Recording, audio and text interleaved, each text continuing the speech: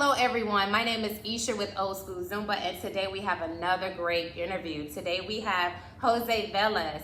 He is the owner of Feel the Music Dance Studio right here in Las Vegas. Thank you so much, Jose, for joining us today for the interview. It's a pleasure, Eisha. It's a pleasure. Thank you for having me.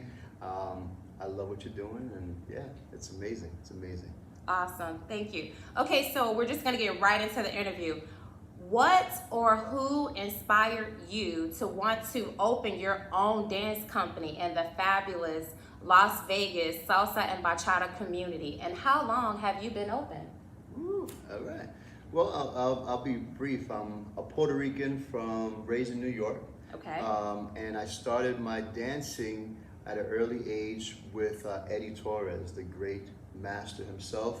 My father was a musician for Tito Puente for many years, and yeah, decided to take dancing, and I started at an early age, and then by age 19 I opened up my first dance studio in New York. By age 25 I had 3, and then decided to move here to Vegas, and it's been amazing. We've been open now here in Vegas for a little over 4 years, although 2 of those years COVID kind of had us down, but we are up, we're running, we're doing fantastic, and I love it here in Vegas. Awesome, thank you so much for that. So my next question is, or the next question we want to know here at Olskoolzumba, in your professional opinion, what skills or attributes do you think dancers need in order to be successful, and why? Another great question. I would say 2 main things. Number 1, you need to be coachable. Coachable. You need to be coachable. You have to say to yourself, I need to learn how to do this stuff, right? Secondly is discipline. I know a lot of people think, oh, that person's gifted and what have you. Yes, there are people who are gifted, but thank God for dancing, you don't have to be gifted. Right. But as long as you're coachable and disciplined, fantastic.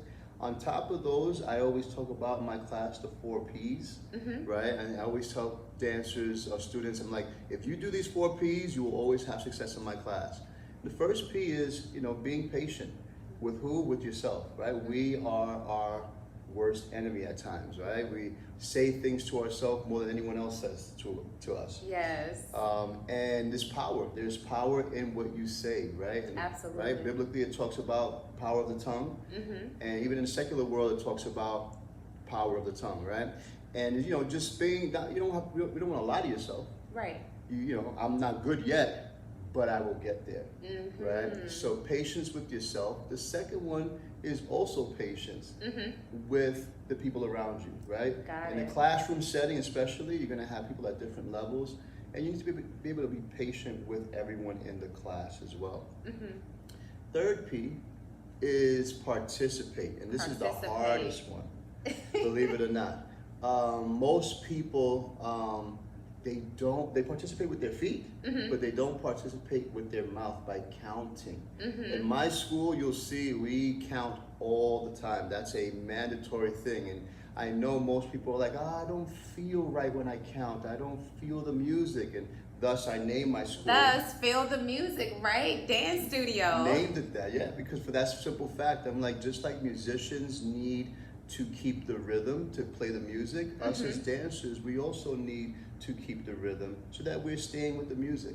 So participating, and then the last P is obvious, is practice. Practice. Right? No matter how great the lessons are, if you're not taking time to practice, then you're never gonna get good at it.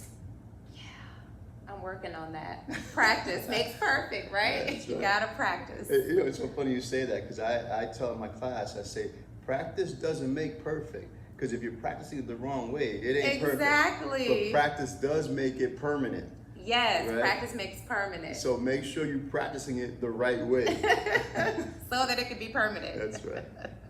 Okay, so another question we have for you is, how do you stay up to date with the latest Las Vegas dance trends? Oh yeah, Las Vegas is an animal all of itself. I mean, I've had the pleasure of teaching in pretty much every state. I've taught in 32 countries. I've also Wow. performed in over 60 countries. Impressive. And Vegas is different, but in a good way. Right. It's very transient. It has so much diversity here. So what do I do to stay on top of things? The obvious, number one, social media, right? Right. Good old YouTube. You can always find what's going on YouTube and TikTok and all this other stuff.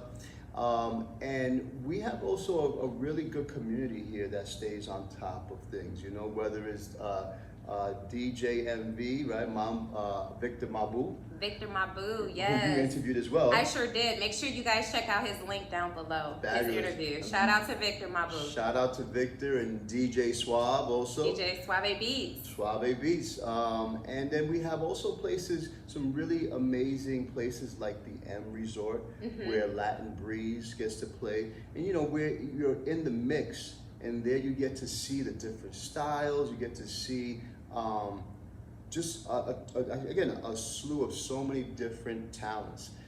So I'm constantly trying to improve my teaching, my techniques, my dancing skills.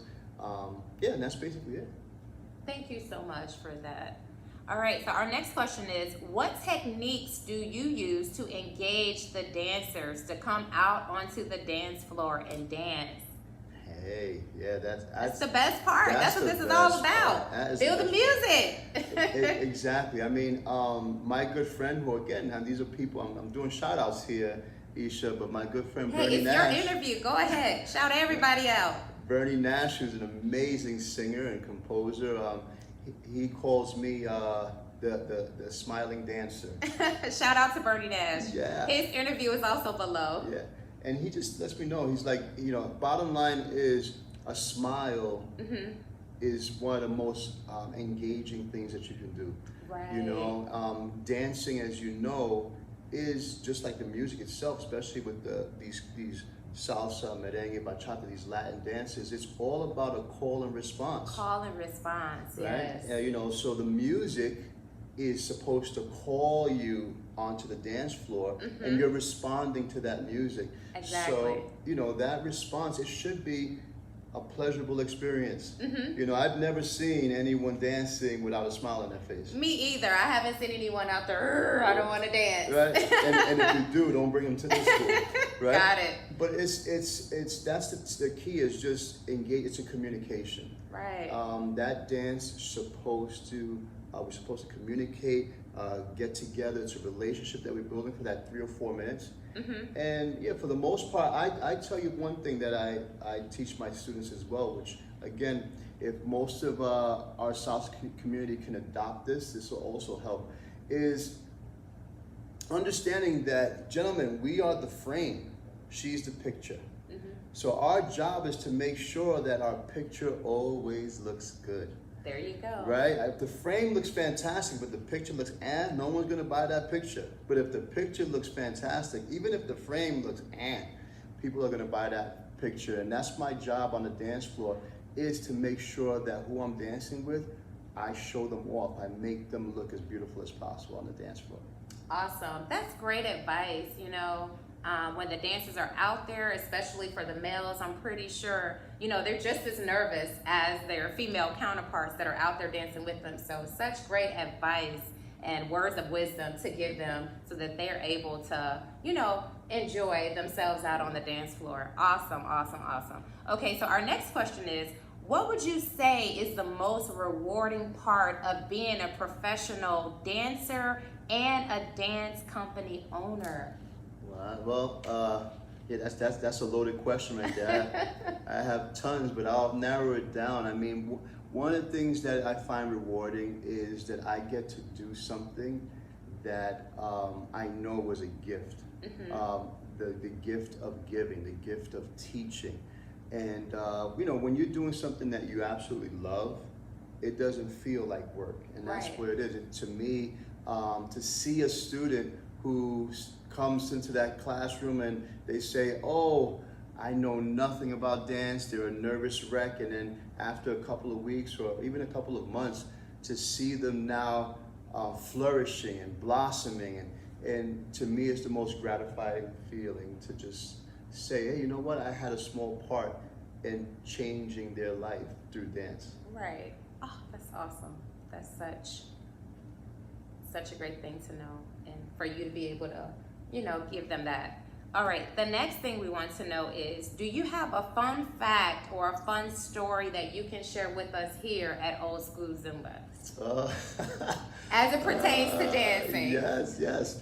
Well, I will tell you, my teacher always told me when I was a child, he said, look, you don't learn how to dance in the dance class, you learn how to dance when you go out. Oh. When you go out. And, oh, wow. And I started at a young age, so I couldn't go out. But I clearly remember the first time I actually did go out.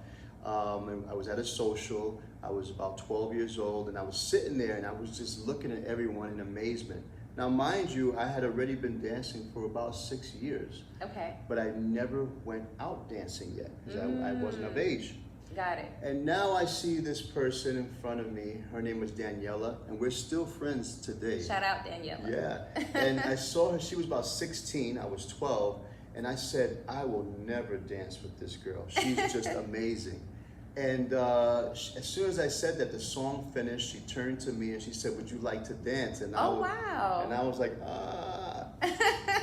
So she got me up to dance, and that 3-minute song felt like a 3-hour song. Aww. Because for the whole time, I just did basic the whole time, just going back and forth.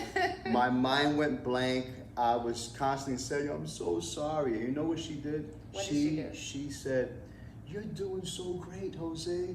Man, you do that basic amazing, right? And what was she doing? She was encouraging me, right? She was giving me confidence, and guess what?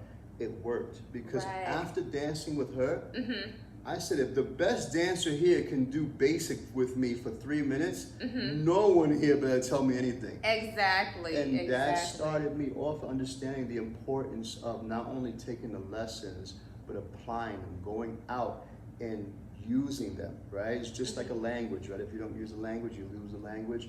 Well, dancing is a language as well. Same thing, same concept. Thank you so much for that. So this will be concluding our interview. We want to thank you so much. Do you have any parting words for us here at Olskoolzumba? Well, first and foremost, I want to say again, thank you sincerely for everything that you're doing, not only that you've done for me here, but more importantly for this community. It's so desperately needed. We need more people like yourself who want to expose the beauty of our culture, of our dances, of our people. Because if we don't continue to support things of this nature, they'll disappear. Right? And that's the last thing we want. So again, thank you. Thank you. Absolutely. Thank you so much as well. And here at Olskoolzumba, that's really all we want to do is continue to spread positivity. So definitely make sure you like, comment, and subscribe, and also follow us on YouTube and all of our other social medias. Thank you so much, Jose Velez. Thank you. Pleasure. All right. Adios.